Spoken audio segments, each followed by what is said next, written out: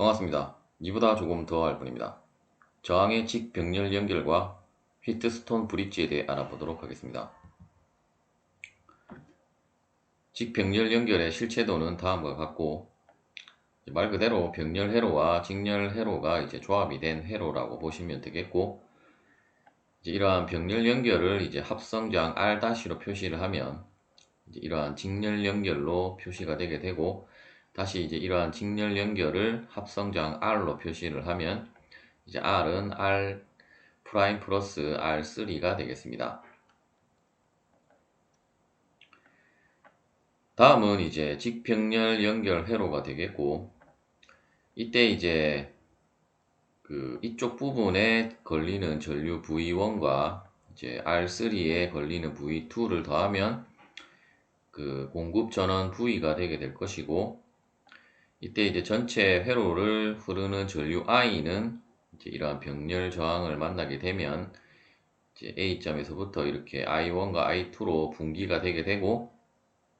다시 B점에서 I1과 I2를 더한 I가 저항 R3를 통과한다라고 보시면 되겠습니다.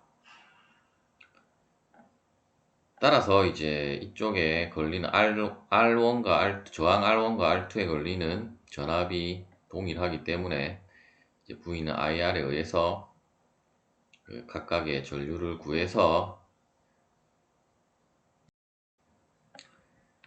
계산을 해도 되고, 혹은 이 R1과 R2의 병렬 연결을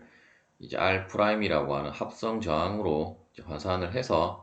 이러한 직렬 회로로 여러분들이 회로를 해석을 해도 되겠습니다. 이때 전체 회로를 흐르는 전류 I는 A점에서 분기되는데, 이때 분기되는 비율은 I1은 I 곱하기 전체 저항을 더한 것 값 분의 R2가 되게 되고, 마찬가지로 I2는 I 곱하기 R1 플러스 R2가 되게 되어 R2분의 R1이 되게 되어서 R1과 R1이 아니고 전류 I1과 I2를 계산을 해서 전체 전류 I를 먼저 이러한 직렬 회로에서 먼저 구해서 각각의 분기되는 전류를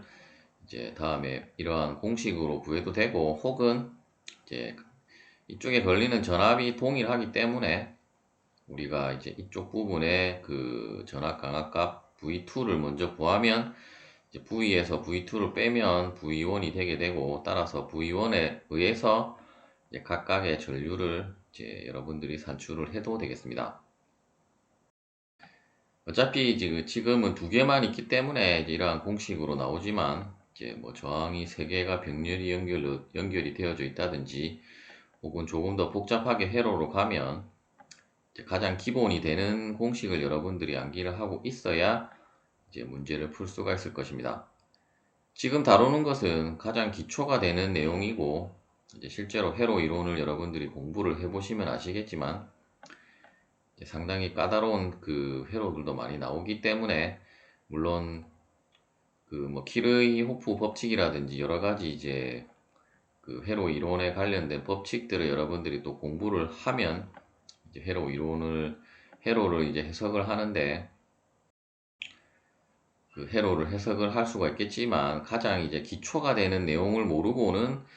그러한 내용으로 응용이 될 수 없기 때문에, 항상 이러한 병렬 연결에는 전압이 동일하고, 뭐 직렬 연결에서는 전류가 동일하다라는 기본 법칙은 여러분들이 반드시 알고 있어야 되겠습니다.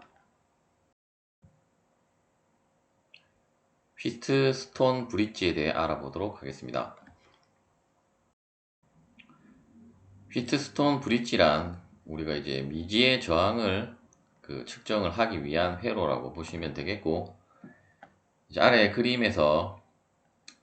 회로도에서 우리가 이쪽 부분에 Rx라고 하는 저항의 값을 모른다라고 했을 때, 다음과 같이 회로를 연결을 하고, 이때 이제 R3는 가변 저항이 되어서 이제 가변 저항의 값을 이제 조절을 함으로 인해서 이제 이 C와 D에 걸리는 이제 전이차를 이제 0으로 하면, 즉 이제 C와 D에 이제 전압이 동일하게 되게 되면 이제 이 검유계에는 이제 전류가 흐르지 않는다라는 알 수가 있고, 따라서 이제 이쪽 부분에는 전류가 흐르지 않기 때문에 전류는 항상 이러한 식으로 흐르고, 이쪽도 이러한 식으로 이제 흐르게 됨으로 인해서 결국 이제 우리가 직렬 회로에서는, 직렬 연결에 있어서는 이제 전류가 동일하므로 이제 I1과 I3는 같게 되고, 마찬가지로 I2와 IX는 같게 된다는 것을 이제 알 수가 있습니다. 또한 이제 R1과 R3는 직렬 연결이지만 이제 R1과 R2는 이제 병렬 연결이기 때문에 이제 R1과 R2에 걸리는 전압은 같기 때문에 이제 I1, R1은 I2, R2가 되게 되고, 동일하게 이제 I3, R3는 IX, RX가 되게 되어서 이제 이러한 두 개의 관계식에 의해서 이제 I1분의 I2는 이제 R2분의 R1이 되게 되고, 이제 RX분의 R3가 되게 되므로, 또는 이제 이 두 개의 관계식에 의해서 이제 R1, RX는 R2, R3가 되게 되므로, 우리가 이제 R1과 R2, R3는 모두 알고 있는 값이기 때문에 이제 양변에 R1을 나눠주면 이제 RX를 구할 수 있게 되겠습니다. 예제를 풀어보도록 하겠습니다. 다음 그림과 같은 직병렬 회로에서 R1, R2, R3는 9ohm이고 회로에 흐르는 전류가 3A라면 단자 A, B 사이에 가한 전압 V는 몇 볼트인가를 구하라는 문제가 되겠습니다. 일단 A와 B에 전이차가 있어야 이제 전류가 이러한 식으로 흐르기 때문에, 일단 전류의 방향이 이제 이쪽으로 흐르는 걸로 봐서는 상대적으로 A 쪽 단자가 조금 더 이제 높은 전압을 가지는 쪽이라고 보시면 되겠고, 일단 I가 이제 이쪽 전이차에 의해서 이제 B로 흐르기 위해서 이제 I가 이제 이렇게 가다가 이제 이쪽 부분에서 이제 분기점을 만나기 때문에 이제 I1과 I2로 이제 I는 분기가 되게 될 것이고, 이때 R2와 R3는 어떤 이쪽에 선이 하나가 더 이런 식으로 나오면 병렬 연결인데, 이제 그러한 것 없이 이제 쭉 연결이 되어졌기 때문에 이제 이쪽 부분은 이제 R2와 R3는 직렬 연결임을 알 수 있고,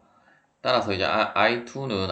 R3까지 돌아서 다시 이제 이쪽 부분에서 이제 I1과 만나서 이제 전체적으로 I로 이제 흐르게 될 것입니다. 따라서 우리가 이제 A, B 사이의 전압은 우리가 ohm의 법칙에 의해서 V는 IR이 되게 될 것이고, 일단 우리가 전체 흐르는 전류 I는 문제에서 주어졌고, 이제 각각의 저항의 값들이 주어졌기 때문에, 따라서 이제 이 문제에서는 굳이 I1과 I2를 구할 필요는 없고, 그냥 이 두 개가 아니고 이제 이 삼각형으로 된 연결에 있어서 저항의 연결에 합성 저항을 구해서 이제 전체 전류 I와 곱해주면 이제 A, B 단자 사이의 전압이 되겠습니다. 먼저 이제 R2와 R3를 직렬 연결이기 때문에 이제 합성 저항을 구하면 18ohm이 되게 될 것이고, 다시 이제 병렬 연결은 이제 9분의 1 플러스 18분의 1은 1이 이제 전체 저항의 역수이기 때문에, 즉 이제 전체 합성 저항의 역수이므로, 따라서 이제 우리가 통분을 해서 우리가 합성 저항을 다시 적어보면 합성 저항을 R0라고 하면 원래는 이제 R0분의 1은 이제 통분을 하기 위해서 9 곱하기 18이 되고, 따라서 9분의 1에는 18이 곱해졌을 것이고 18분의 1에는 9가 곱해졌으므로 다시 그것의 역수를 취해야 우리가 합성 저항이기 때문에, 어차피 그 두 개만 있을 때는 여러분들이 이러한 식으로 그 계산을 하면 편리하기 때문에 두 개의 그 저항을 더하고